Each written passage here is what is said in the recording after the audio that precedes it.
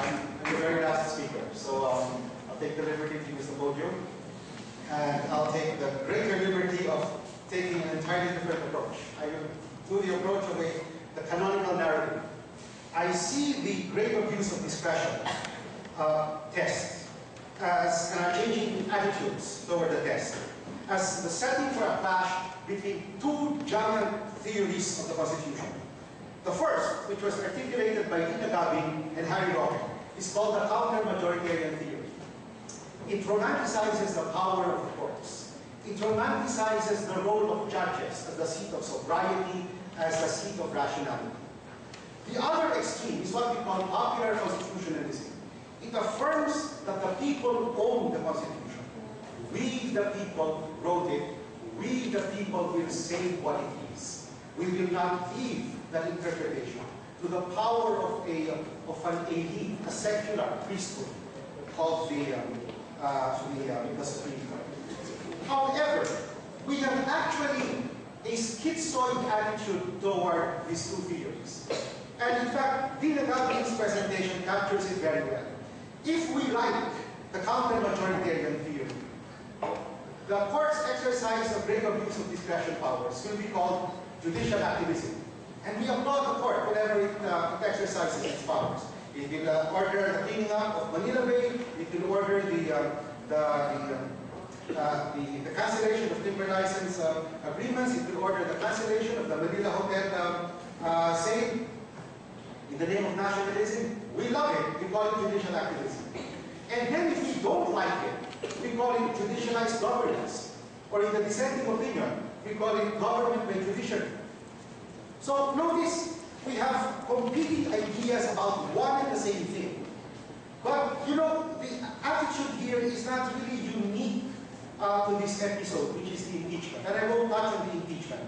And I leave enough time, I promise you, for a discussion. I got to leave by 3:30, so I'll have to wind up actually within 10-12 minutes. Notice, whenever the court interferes in a charter change, and the court says they are doing this for the name of democracy. Come on. This is an unelected judge stopping a godforsaken plebiscite. How can that be democratic? If you're really democratic, let the people choose. And then why is it that we as a people applaud the court, hooray, hooray, they're defending democracy? Hell no, they're not defending democracy. They are actually imposing their will because we do not trust the people. And that is why popular democracy, our populist constitutionalism, says that the counter-majoritarian theory is actually afraid of the will of the people. They do not trust the people, and come on, in the Philippines, we really don't anyway. Yeah, I was lining up to vote for the senators. The guy behind me was a tricycle driver, and he was making up his list as we went along because the line was so long. I mean, other people weigh their senatorial choices very seriously. The guy behind me took it so lightly. But for me, no, in my last 8 minutes, I will give you the grand historical survey. It goes back actually to the Philippine Revolution. Look, Jose Rizal and his friends were all liberals. So liberalism for his time was a good thing. They wanted equal citizenship with Spain. They wanted equal protection regardless of race, regardless of color. They wanted guarantees according to law. And that is why they codified everything in the Malolos constitution. That was a liberal constitution. Of course, the Philippine sovereign state was aborted by the Philippine-American War. And what we had was the liberal idea was actually hijacked by the Americans. And here at this part of the story, the UP College of Law comes in. That is why Malcolm really was, played a very important role. Remember, his first graduating class was Jose P. Laurel and Manuel Rojas. Laurel, the chief constitutionalist, Manuel Rojas, the future president. And I don't know if you have seen the photograph. I don't know if it's in the office of Tina Gabin or Gil Magallanes.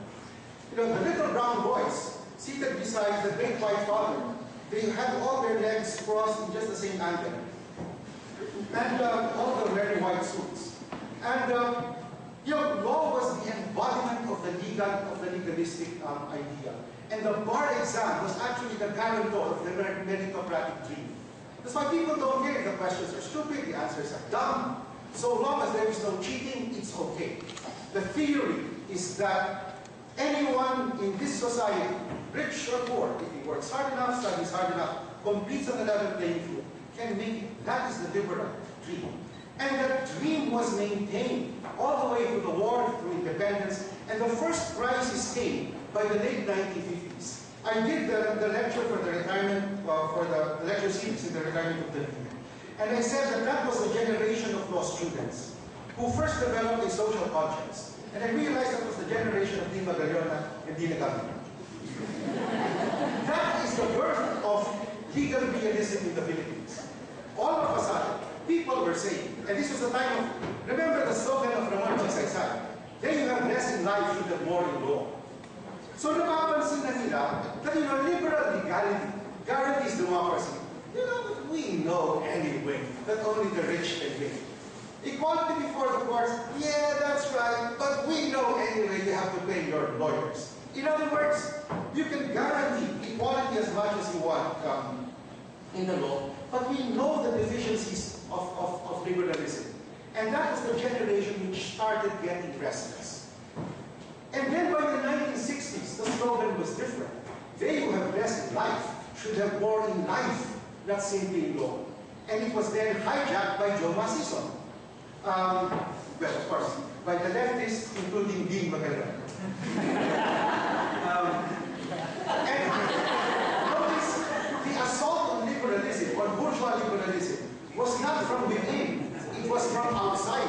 It was the Marxist assault. But notice, sino na kinabang sa ideological assault na yun?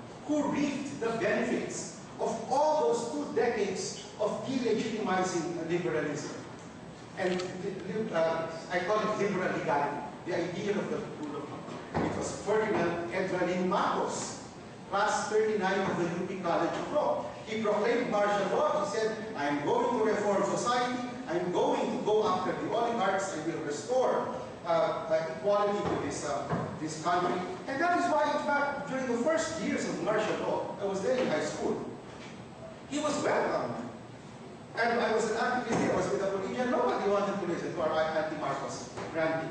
Because again, he hijacked the immanent critique of liberalism and said, look, we all know elections are not working. And Marcos said, sure, I'm going to suspend them. We all know Congress is not working. Sure, I'm going to abolish them. And that's exactly what he did. But notice the backlash. And I have to move faster here. I think we just have 4 minutes. The anti-Marcos opposition now started to embrace legality as the idea. In other words, what was discredited for the generation of the 1950s and the 1960s and 70s, all of a sudden became the ideal for the 1980s. So I remember by the time I was an activist, we call ourselves the lost generation. I entered 74, just sure I hold that. Which is after martial law was declared, but before Ninoy was assassinated. By the time Ninoy was assassinated, all of a sudden the leftists started talking like Thomas Jefferson. Siguro kaibigan mo na pala yung Mao Zedong ng dati. Aba, na-discover si Jefferson, si Madison. And all of a sudden they were saying, if only we had elections, this won't happen. Aba, so people, elections na naman are important. If only we had an elected Congress, if only we had independent courts. And notice, that is the idea which we codified into the 1987 Constitution. That is what brought forth this great abuse of discretion clause, this expanded definition of judicial power, this romanticizing of institutions. We call them in, those who do comparative law, call these the watchdog institutions. Institutions which enforce accountability, not through elections, but through entities which are insulated from the political process. Because again, we do not trust the political process. So, just by way of conclusion, what we have today is completely surprising for me. I never thought the day would come when popular constitutionalism will be the stuff of Inquirer editorials. Well, I help, I also write a column, so I contribute to the trend. But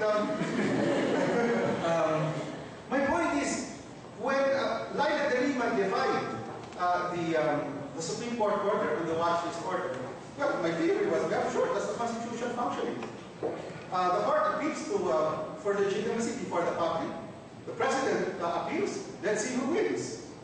I mean, it's the whoever calls the bluff and whoever wins wins the day. That is how a democracy wins. But that is the heart of popular constitutionalism. The theory that the Senate has the sole power to try and decide impeachment cases in defiance over the public court is again part of popular constitutionalism. I never thought we will get.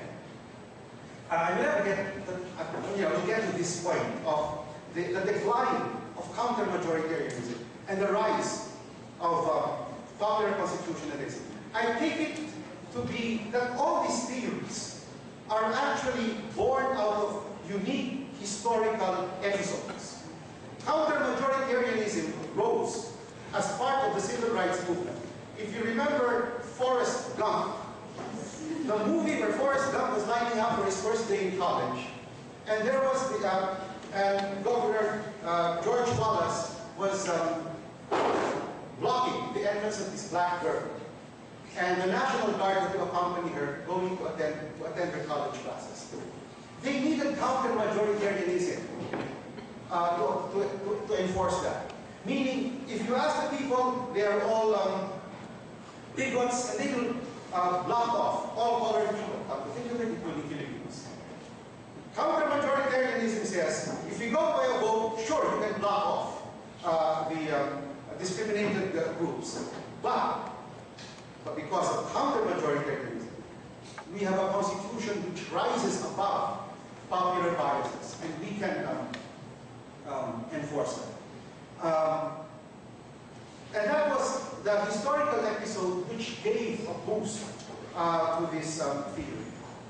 And now the U.S. Law schools are themselves turning to popular constitutionalism because they have a decade and a half of Republican presidents. Their courts are filled with conservatives, and suddenly, if you follow counter-majoritarianism and the power of judicial review, you have got the power of conservative judges prevailing. And now, all of a sudden, they say, look, we've got to listen to the pulse of the people, because purely by chance, the people are more progressive this time around than the judges. The same thing with the Philippines today. Exactly as Dean Magallana says, if we trust the political branches more, but to be more precise, if we trust the president more than we trust the court, then the time is right for popular constitutionalism. Let me pause on this one.